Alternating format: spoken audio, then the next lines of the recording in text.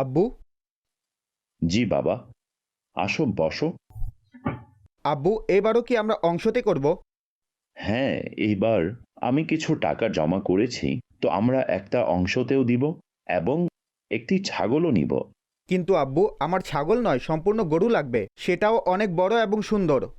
তোমার এই আশাও পূর্ণ হয়ে যাবে ইনশাআল্লাহ। আগামীবার গরুও নিয়ে নিব। কিন্তু আব্বু, আমার সকল বন্ধু শাহরুখ, আলী, ইমরান সবার ঘরে গরু আসে আর তারা আমাকে উত্ত্যক্ত করে। আমি জানি না, এবার আমাদের একটি গরু চাই ব্যাস।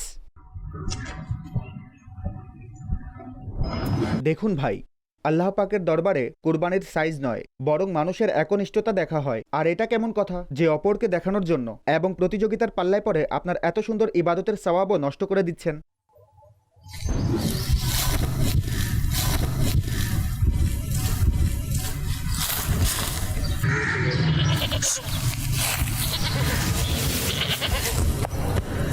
আজকের জন্য এতটুকু যথেষ্ট, বাকি কালকে করব।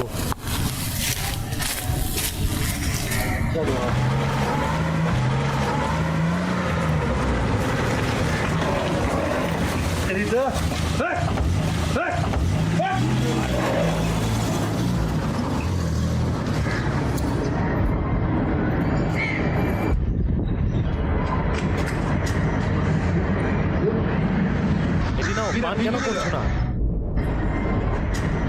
এই,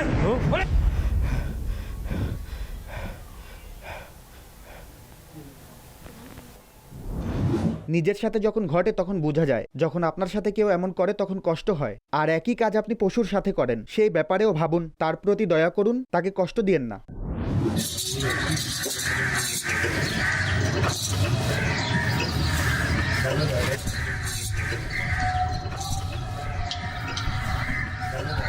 বাছুর নিয়ে এসেছে। আরে ভাই, যতই খাওয়াও এটা এমনই থাকবে। আরে এর চেয়ে ভালো ছাগল নিয়ে নিতে।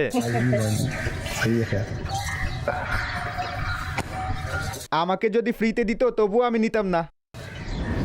কুরবানি মানুষের পছন্দ হবে এটা আবশ্যক নয়, আল্লাহর পছন্দ হওয়া আবশ্যক এবং তার জন্য ভালো নিয়ত এবং একনিষ্ঠতা প্রয়োজন। তো মন খারাপ করবেন না। যদি কোনো ব্যক্তি আল্লাহর রাস্তায় কুরবানি করছে, তো এই অধিকার আমাদের কে দিয়েছে যে আমরা অন্যের পশুর হাইট এবং বিউটিকে জাজ করব?